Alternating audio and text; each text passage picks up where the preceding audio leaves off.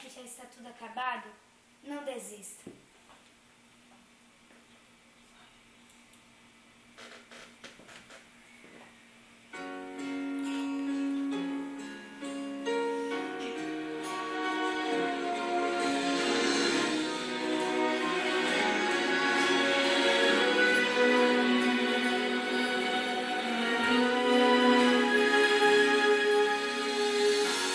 Quem disse que não tem mais jeito pra você? Certamente não conhece o seu Deus. Não tem ideia do que esse Deus pode fazer pra dar vitória a quem é servo seu. Quem disse que já está tudo acabado, que você já é um derrotado, desconhece o poder que o seu Deus tem. Não sabe que Ele luta por você e o impossível Ele vai fazer.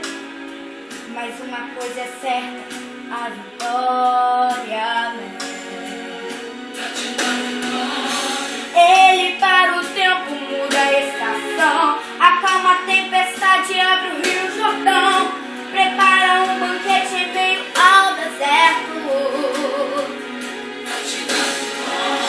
Ele abre porta onde não tem parede, tira a guarda-rocha pra matar sua sede, bem na hora exata e no momento certo. Ele não tarda, não falha, não perde batalha, derrota gigante, derruba a muralha, passeia no fogo, caminha no mar, se tem crente na cova, faz leão jejuar. Ele ordena, ele manda, ele faz como quer, ele tem, ele pode, porque ele é o leão de Judá, a raiz de Davi. Quando ele opera, ninguém pode impedir. Ninguém vai impedir o que Deus tem pra lhe dar. Ninguém pode frustrar os planos do Senhor. Se Deus determinou, está determinado. Ninguém vai apagar o que Ele assinou. Deus hoje decretou vitória pra você. Acho que houver, você irá vencer. Deus está no controle de tudo e tem todo o poder. Ele não tarda, não falha, não perde batalha, derrota gigantes, derruba a muralha, passeia no fogo, caminha no mar, se tem crente na cova, faz leão jejuar. Ele ordena, ele manda, ele faz como quer, ele tem, ele pode, porque ele é o leão de Judá, a raiz de Davi. Quando ele opera, ninguém pode impedir. Ninguém vai impedir o que Deus tem pra lhe dar. Ninguém pode frustrar os planos do Senhor.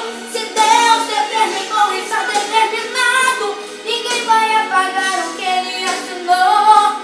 Deus hoje decretou vitória pra você. Acho que houver, você irá vencer. Deus está no controle de tudo e tem todo o poder.